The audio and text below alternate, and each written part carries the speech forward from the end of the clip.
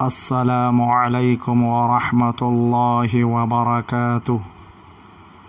بسم اللہ الرحمن الرحیم۔ خدا کے واسطے جو کام کرو اس میں بندوں کا خوف نہ کرو۔ شر زبان سے محفوظ رہنا چاہتے ہو تو خاموش رہو۔ جس محفل میں ذکر خدا ہو اس میں شرکت کرو اور بروں کی محفل سے دور رہو۔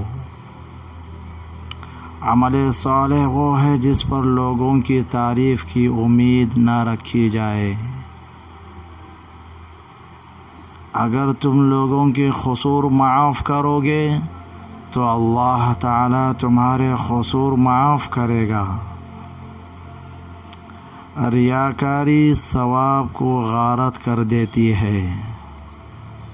کسی انسان کے دل میں ایمان اور حسد اکٹھا نہیں رہ سکتے۔ جو شخص بغیر اجازت اپنے بھائی کے خط کو دیکھے وہ آگ کو دیکھے گا۔ حلال اشیاء میں سے جو چاہو کھاؤ اور پہنو، لیکن اس میں دو چیزیں نہ ہو: اسراف، تکبر۔ جس شخص نے حلال طریقے سے روزی تلاش کی اور لوگوں کے سامنے ہاتھ پھیلانے سے روکا، اپنے بچوں کی معاش کے لیے اور اپنے ہمسائے سے لطف و عنایت سے پیش آیا، تو اللہ تعالیٰ اس سے اس شان سے ملاقات کرے گا کہ اس شخص کا چہرہ 14ویں کے چاند کی طرح چمک رہا ہوگا۔ جہنم میں پہنچانے والا کام جھوٹ بولنا ہے۔ بروں کی صحبت سے تنہائی بہتر ہے اور تنہائی سے صالحین کی صحبت بہت بہتر ہے۔ حقیقی سخاوت یہ ہے کہ مخلوق خدا کو تکلیف سے بچانے کے لیے خود وہ تکلیف اٹھا لو۔ زبان کو شکوہ و شکایت سے محفوظ رکھو، راحت نصیب ہوگی۔ ماں باپ کی رضامندی دنیا میں معجب دولت اور آخرت میں باعث نجات ہے۔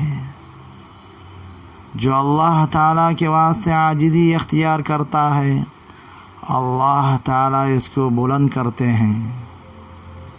جب حلال و حرام جمع ہو تو حرام غالب ہوتا ہے، چاہے وہ تھوڑا سا ہو۔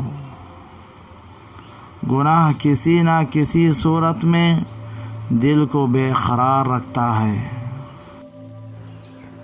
اپنا بوجھ دوسروں پر مت ڈالو، چاہے کم ہو یا زیادہ۔ دنیا کو اللہ تعالیٰ کی سرائے سمجھ جو آخرت کے مسافروں کے لیے ہے۔ اپنا توشہ لے اور جو کچھ سرائے میں ہے اس کا لالچ نہ کر۔ زندگی کا ایک مقصد بنا لو اور پھر ساری طاقت اس کے حصول پر لگا دو، تم یقیناً کامیاب ہو جاؤ گے۔ سب سے بڑی مصیبت میں گھبرانا ہے۔ جس شخص کے دل میں جتنی زیادہ حرص ہوتی ہے اس کو اللہ تعالیٰ پر اتنا ہی کم یقین ہوتا ہے، اور جو شخص خود کو خواہ مخواہ محتاج بناتا ہے وہ محتاج ہی رہتا ہے۔ موت کو ہمیشہ یاد رکھو، لیکن موت کی آرزو کبھی نہ کرو۔ مصیبتوں کا مقابلہ صبر سے کرو اور نعمتوں کی حفاظت شکر سے کرو۔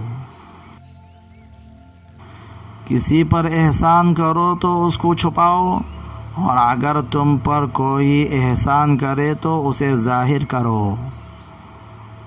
اپنی طاقت سے بڑھ کر اپنے آپ پر بوجھ نہ ڈالو، ایسا نہ ہو کہ اس طرح ہمت ہار بیٹھو۔